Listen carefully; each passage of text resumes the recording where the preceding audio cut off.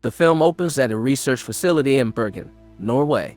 Dr. Jørgen Asbjørnsen is performing an experiment on lab mice. One of his experiments produces an incredible result, and he rushes to tell his colleague, Dr. Andreas Jacobsen. Jørgen claims to have found what they have been looking for, prompting he and Andreas to hug in celebration. 5 years later, Andreas is speaking before a group of people on the dangers of overpopulation, and thus, he and Jørgen have found the solution. Andreas pulls out a box to reveal Jørgen is 5 inches tall, to everyone's astonishment. Andreas pulls out a trash bag containing waste produced by 36 small people over an extended period of time. The doctors then bring out another group of small people, including a child called Little Ronnie, who was the first child ever to be born small. People all around the world witness this amazing breakthrough. In Omaha, Paul Safranek goes home to his mother, Jane Howdyshell, after seeing the news. Paul's mother suffers from fibromyalgia, and he must take care of her and administer medication. 10 years later, Paul's mother has long passed on and he is married to Audrey, but they still live in Paul's childhood home. While at a high school reunion, they see their friends, Dave and Carol Johnson, who went through the downsizing procedure and are now small. Dave and Carol boast to their friends how great things are as they live in a community for small people called Leisureland.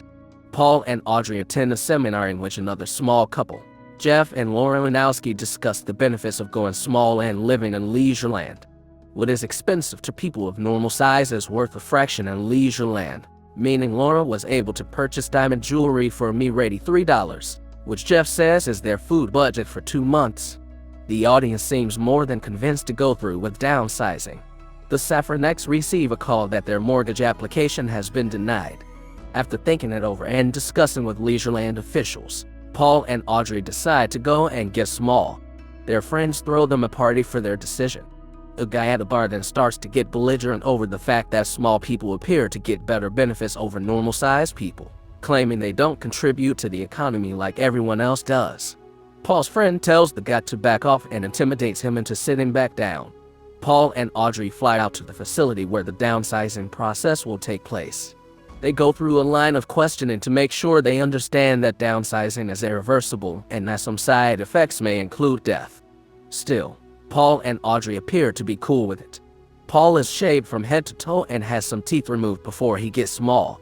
He later wakes up and meets a nurse who presents him with a cracker pack that's huge to them, but normal for everyone else. Paul asks for Audrey, and the nurse brings him a phone with Audrey calling him. She reveals that she's at an airport because she got cold feet just as she was being shaved, claiming she wasn't ready to leave her family, friends, and life behind. Paul is furious that she left him alone like that. Paul is taken to his new home in Leisureland, but he is now depressed over being alone.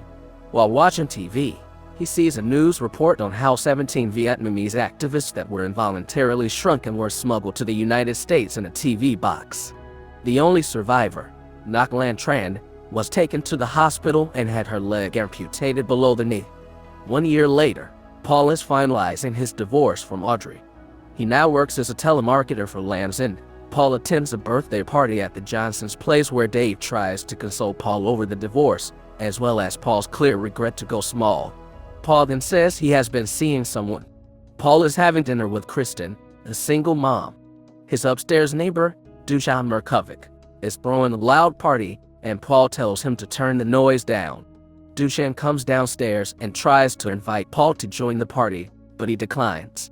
After his date, Paul suggests that he and Kristen get together to meet her son.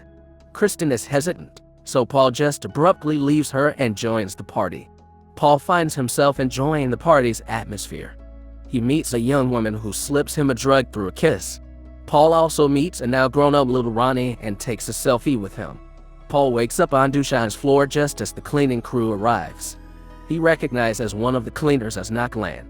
He approaches her and offers to fix her prosthetic leg. After he tells her he worked as an occupational therapist, Ngoc Lan has Paul join her to go back with her to help take care of an ailing woman. Ngoc Lan brings Paul to the slums where she lives and tends to the needy.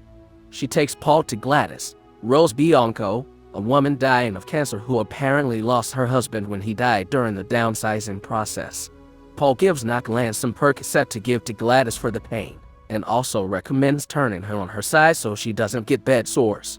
Paul then tries to fix Naklan's leg, only to break it.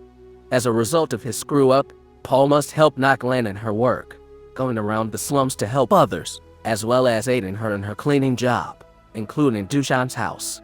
Dushan offers Paul a chance to get away by joining him and his friend Joris Conrad and going to Norway where the first small community was created. Naklan wants to go as well, despite Dushan saying she can't. She then mentions how she and Jürgen wrote letters to each other, as he felt terrible for what happened to her. This brings her to tears and convinces the three men to let her tag along. The group arrives in Norway and travels on a fjord to meet with Jürgen and his wife. On the journey, Paul and Naklan give into their mutual attraction and make love. When they meet Jürgen, he reveals to the group that due to the constant production of methane emissions, humanity is on the verge of extinction. Along with a large group of downsized people, Jürgen has helped establish the vault within the first small colony to preserve humanity. Paul is eager to go in the vault, but Naklan doesn't want to go and thinks he should stay with her in Leisureland. The colony watches the sunset for the last time before heading into the vault. Paul says goodbye to Naklan, Dushan, and Joris. However, he changes his mind before the door to the vault closes, and he runs back outside to be with Naklan. Paul returns to Leisureland with Naklan and continues to help her in her work throughout the slums.